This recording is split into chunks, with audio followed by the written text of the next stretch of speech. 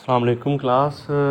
This is the last topic which we are going to study, and this is the last lecture also of this chapter, which is sociolinguistics और इसमें language change जो कि page number 132 पे है. We are going to start this. तो language change is a variation over time in a language's phonetic, morphological, semantic, syntactic and other features.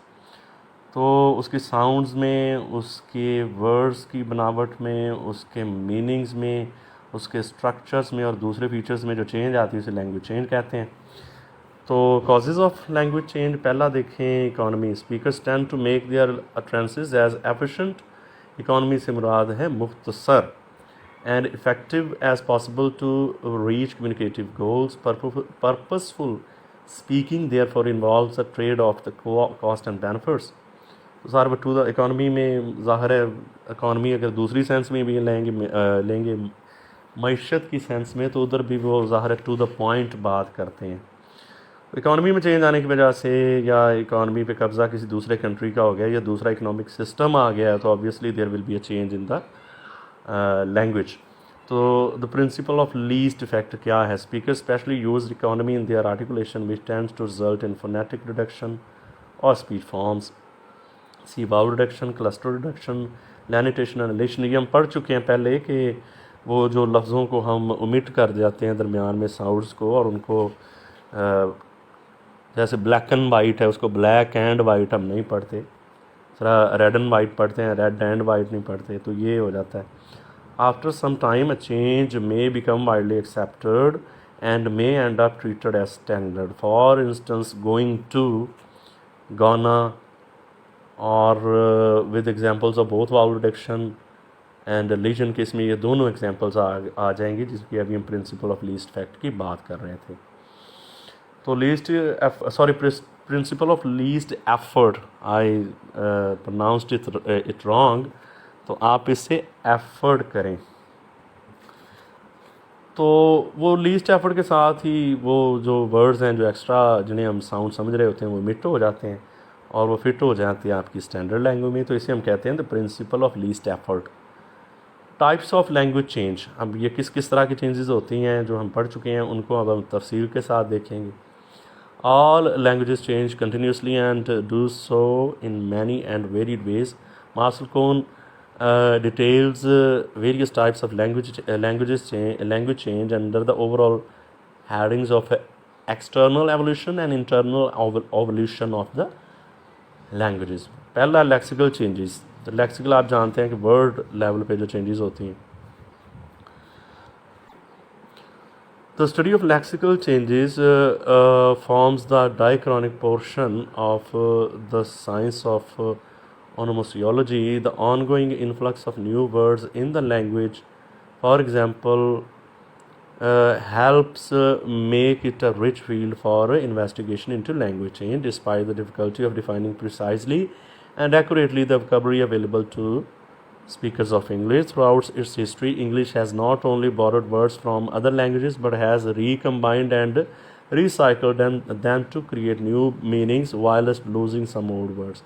ये words की हम, क्योंकि लेक्सिकल चेंजेस हैं तो इंग्लिश की हम बात कर रहे हैं, तो कैसे कैसे वक्त के साथ उसके साथ तब्दीली आती गई. Dictionary writers try to keep track to the changes in the languages by recording the. ये नए जो एडिशन आते हैं डिक्शनरीज के इसीलिए आते हैं कि जो जो चेंजेस हो रही होती हैं उनको वो अपडेट करते हैं लैंग्वेज में.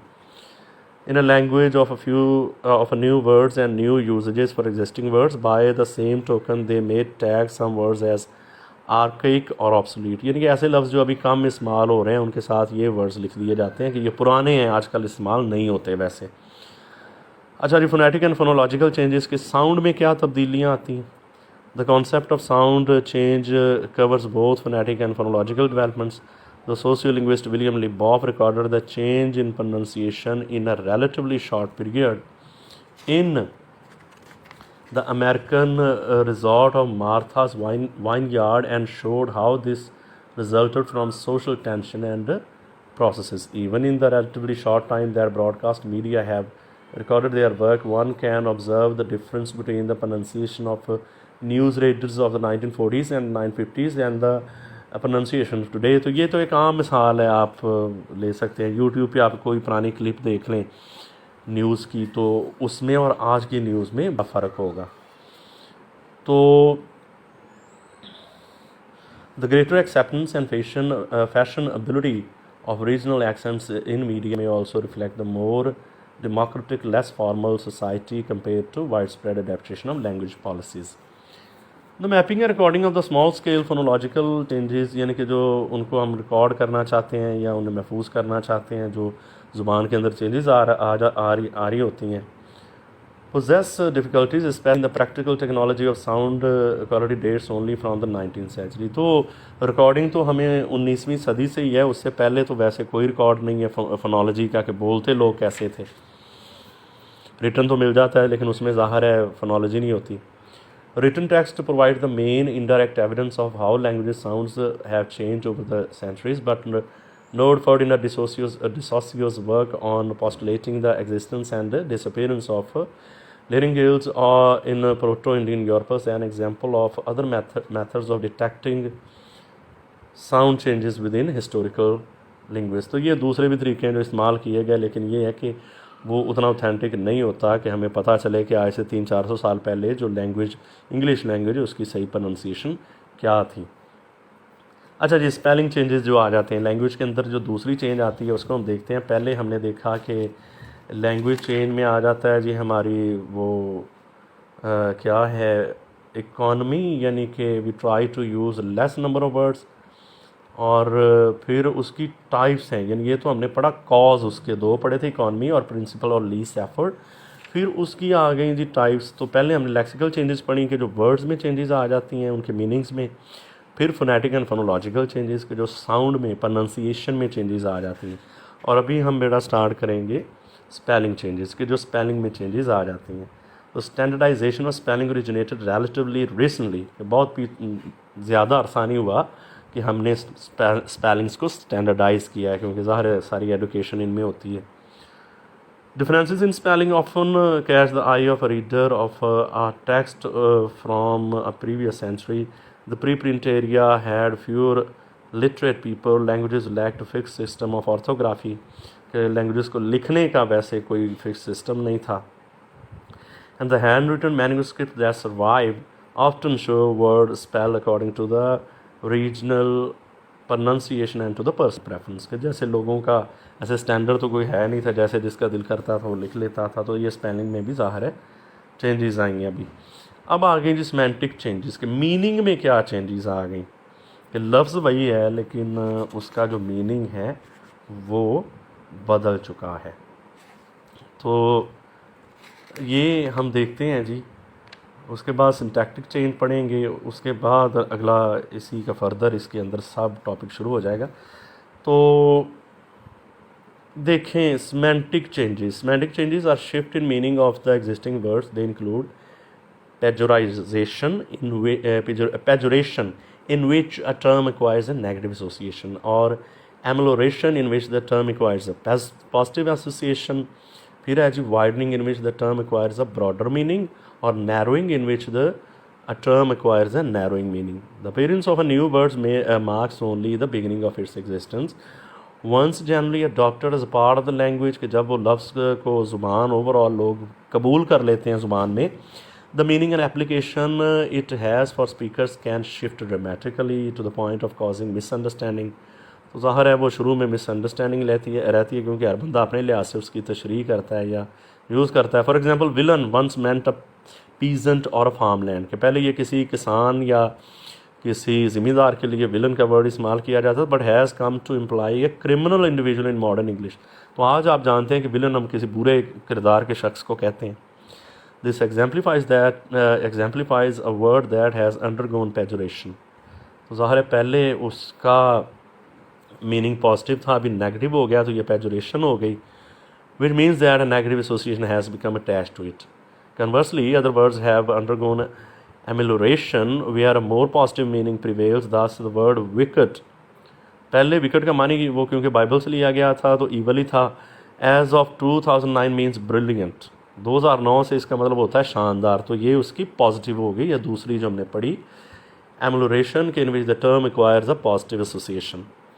So other ways of semantic change include narrowing and broadening. Narrowing a word semantically limits its alternative meaning कि उसके मानी में कमी आ जाती. For example, the word girl once meant a young child and a hound. तो hound के लिए यानी भी इस्तेमाल किया जाता था और छोटे बच्चे के लिए भी refer to any dog, whereas in modern English it denotes a particular type of canid. तो अब तो ज़ाहिर है वो डॉग के कैनेड जो होती है कैनाइन स्पीशीज़ होती हैं उनके लिए डॉग करते हैं हम इस्तेमाल, और गर्ल से मुराद सिर्फ लड़की होती है. अब ये हाउंड और ये जो यंग चाइल्ड वाले वर्ड्स इससे डिलीट कर दिए गए हैं, ओमिट कर दिए गए हैं. तो इसलिए इसके मीनिंग्स में नैरोइंग आ गई कि इससे अभी एक ही मीनिंग है. और words that have been broadened semantically dog which once referred to be a particular breed. तो डॉग के अब कई मानी हो चुके हैं. जैसे वॉच डॉग है कि कोई शख्स जो निगरानी रखे या कोई इदारा.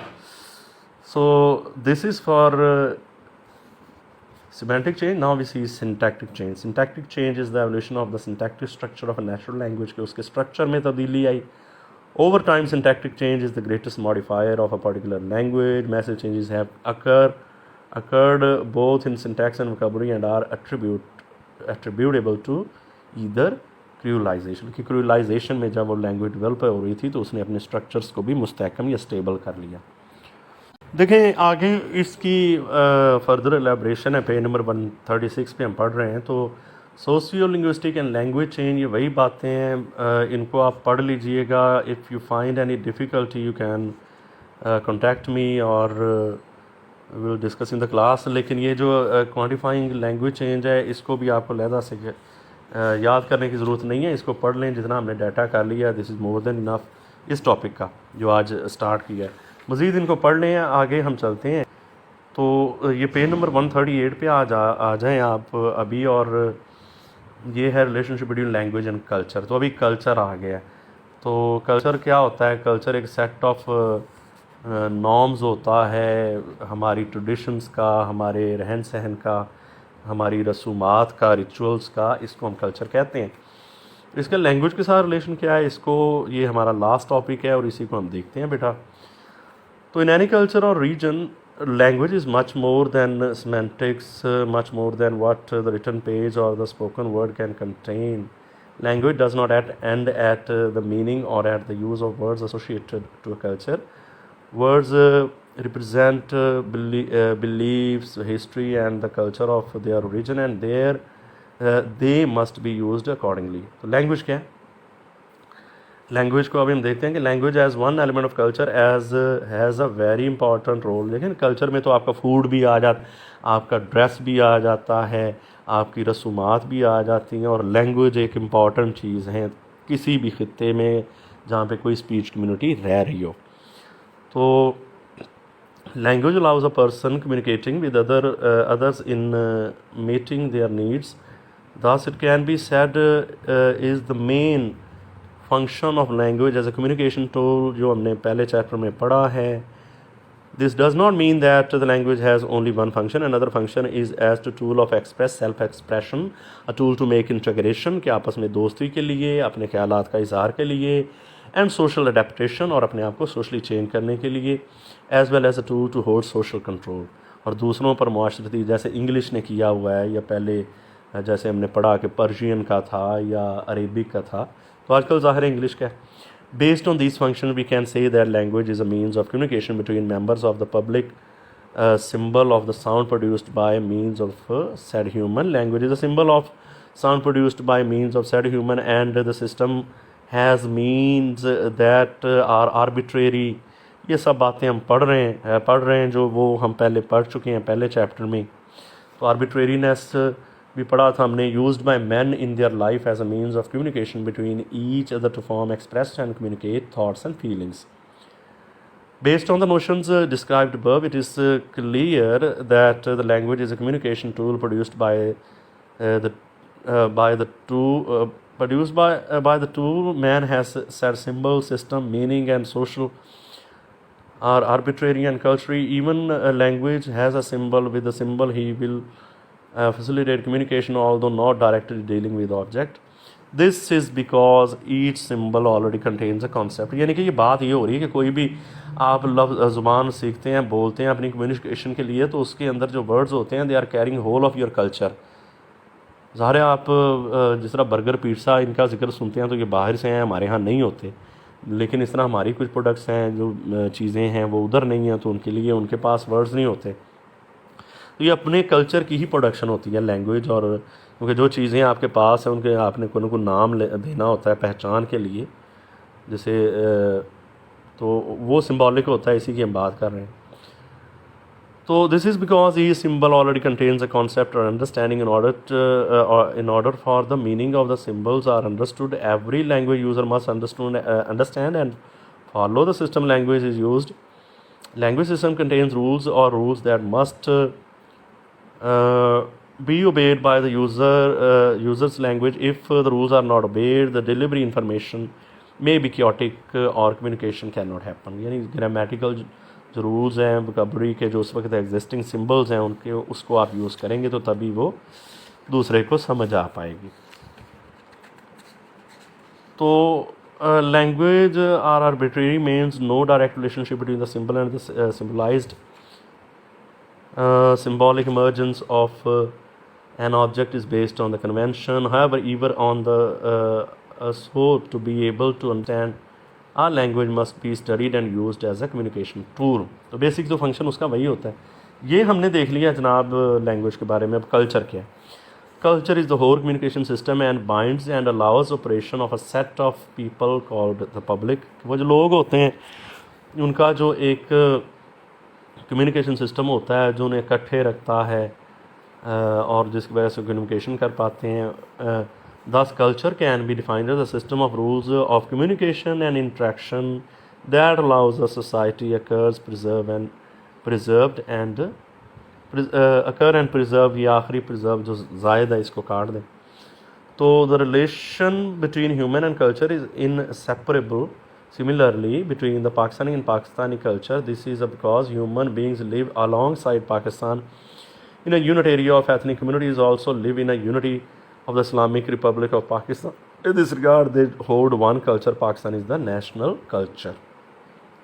तो जो लोग पाकिस्तान में रह रहे हैं वो इकट्ठे, उनके एक जैसे रस्म रिवाज है, रहन सहन है, तो उनका कल्चर जो है पाकिस्तानी कल्चर कह सकते हैं. फर्दर आप देख सकते हैं पंजाबी कल्चर और होता है, ज़ाहिर उनकी लैंग्वेज और होती है, सिंधी और है, फिर बलोची और है, वगैरह वगैरह. Culture is a result of creative initiative and the work of humans in an effort to improve the standard of living and adapt to their environment. These limits are more emphasized on the fact that humans are capable of producing culture because humans are living beings who have mind and reason. तो ये important बात है. तो language और culture का relationship क्या है कि सेपर के मुताबिक language is a purely human and non instinctive method of communicating ideas, emotions and desire by means of voluntarily produced symbols. Language is a part of culture and a part of culture behavior. It is often held that the function of language is to express thought and to communicate information. Language also fulfills many other tasks such as greeting people, conducting religious service, etc. तो क्रैच ने जो language के function बताए 1962 में, वो देख रहे हैं language is the primary vehicle of communication के ये ज़रिया है गुफ्तगू का. Language reflect the boards personality of the individual and the culture of his history, के वो ख़ुद बंदे की पर्सनैलिटी, उसकी शख्सियत को रिफ्लेक्ट करता है और उसके कल्चर और उसकी हिस्ट्री को भी. In turn it helps shape both personality and culture, और इसकी वजह से हम अपनी पर्सनैलिटी और कल्चर को इम्प्रूव करते हैं. Language makes possible the growth and transition of culture, the continuity of societies and the effective functioning and control of social group. तो इसकी एक सोशल ग्रुप के लिए बहुत ज़्यादा अहमियत होती है. तो इसको हम फर्दर देखते हैं, आगे इसकी एलाबरेशन है. It is obvious that language plays a paramount role in developing, elaborating and transmitting culture and language, enabling us to store meanings and experience to facilitate communication. The function of language is so important in communication that it is even exaggerated by some scholars. The problem of the relationship between language, culture and thought bothered many linguists and philosophers since ancient time. To think about this problem, we need to begin with the definition of language and culture. Language is generally accepted as a system of arbitrary vocal symbols used for human communication, and there is the most widely accepted definition of culture. Culture is the total accumulation of, यानी ये ज़ख़ीरा है, accumulation of beliefs, customs, values, behaviors, institutions and communication patterns that are shared, learned and passed down through the generation in an identifiable group of people. तो एक हर खित्ते का, इलाके का अपना कल्चर होता है, जो कि अभी हमने पढ़ा, उसमें उनके बिलीव्स आ जाते हैं, कस्टम्स यानी कि रवाज, वैल्यूज़, बिहेवियर्स यानी अखलाकियात, उनके रवैये, सब कुछ. The definition of language and culture implies that the two are closely connected to each other. On one hand, culture seems to so inclusive, it permeates almost every aspect of human life, including languages people use. On the other hand, when people need to share a culture, they communicate through language. तो दोनों जुड़े हुए हैं एक दूसरे के साथ. However, the definition alone cannot provide us with a clear understanding on the relationship between language and culture. Problems remain unsolved, as how does culture influence people's linguistic behavior, and does language influence the culture in return? Various studies have been carried out. Among them, a well-known hypothesis is Sapir-Whorf hypothesis, made by two American linguists, Edward Sapir and Benjamin Whorf. The Sapir-Whorf hypothesis describes the relationship between language, culture and thought. The core idea is that man's language molds his perception of reality, कि जैसी हमारी language होती है उससे हमारी reality की perception change हो जाती है. यानी जैसी लैंग्वेज होगी उसके मुताबिक ही हमारी अंडरस्टैंडिंग होगी. जिन चीज़ों का हमें इल्म ही नहीं होगा, या जो चीज़ें हमारे लैंग्वेज के अंदर उसकी रेपर्टोयर या वोकैबुलरी में मौजूद ही नहीं होंगी, उनका हमें उस तरह रियलिटी का परसेप्शन ही नहीं हो पाती, अंडरस्टैंडिंग ही नहीं हो पाती. जैसे मैं आपको पहले भी मिसाल देता रहा हूँ कि फॉर एग्ज़ाम्पल अगर हम किसी गोरे को या किसी अफ्रीकन को समझाने बैठ जाएंगे कि गैरत क्या होती है, तो वो it will be very difficult. उन्हें ऑनर किलिंग कहते हैं, लेकिन ऑनर आप जानते हैं इज़्ज़त या तौक़ीर और चीज़ होती है. तो जिस कल्चर में एक आइडिया या एक चीज़ का होना ही पाया ना जाता हो, तो उसके लिए फिर वो उस रियलिटी को समझना मुश्किल हो जाता है. अब सेपर-हॉफ हाइपोथेसिस क्या है, इसको हम देख लेते हैं और फिर ये आपका चैप्टर फिनिश हो जाएगा. The Sapir-Whorf hypothesis has two major components: linguistic determinism and linguistic relativity. The former holds the idea that the way one thinks is determined by the language one speaks, because one can only perceive the world in terms of the categories and distinctions encoded in the language. कि जैसे उसकी language में distinctions हैं या categories हैं, उसने वैसे ही करना है. तो जो लैंग्वेज है वो हमारी रियलिटी को शेप करती है.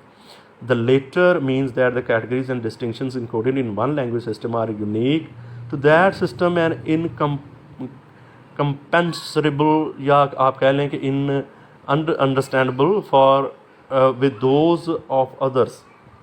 Therefore the difference among languages must be reflected in the differences in the world views of their speakers. तो ज़ाहिर है ये दोनों चीज़ें हो गई. तो दूसरी में हमने ये देखा कि वो यूनिक होती हैं. ये आप याद रखें कि उसके अंदर जो कुछ भी डिस्टिंक्शन या कैटेगरीज जिनकी वजह से उसकी रियलिटी शेप होती है, they are unique and they are different in every language. Since the formulation of hypothesis discussions have never been ended, many linguist and philosopher are against the linguistic determinism. They argued, यानी दो चीज़ें हैं बेटा, इनको आप याद रखें. एक है लिंग्विस्टिक डिटर्मिनिज्म, यानी डिटर्मिनिज्म क्या है कि हम हकीकत को वैसे ही जानते हैं जितनी कि उसकी बाउंड्रीज़ या उसके डिस्टिंक्शंस या उसकी कैटेगरीज हमारी लैंग्वेज में होती हैं. उससे हट के हमारे लिए, हमारे दिमाग के लिए मुश्किल होता है जानना. तो जबकि दूसरा है लिंग्विस्टिक रिलेटिविटी, वो ये है कि लैंग्वेजेस एक दूसरे से रिलेटिव तो होती हैं, लेकिन उनके अंदर जो डिस्टिंक्शंस होती हैं वो यूनिक होती हैं. अब अगले पैराग्राफ पे हैं.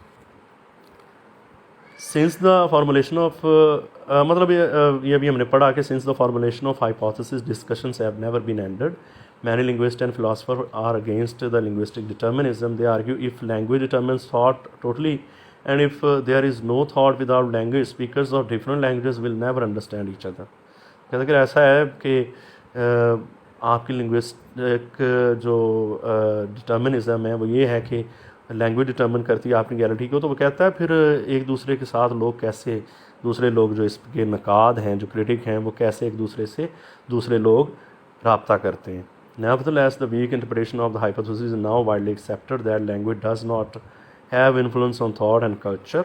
यानी कि अब कहा जाता है, ज़ाहिर थेरी पुरानी है, तो अब कहा जाता है कि ये लैंग्वेज इस तरह हमारी थॉट और कल्चर को इफेक्ट नहीं करती है. But it is easy to be found. A well known example is that Eskimos have countless words for snow. कि जो लोग बर्फ़ानी इलाकों में रहते हैं उनके पास स्नो के लिए कई वर्ड्स होते हैं. While there is only one word snow in English.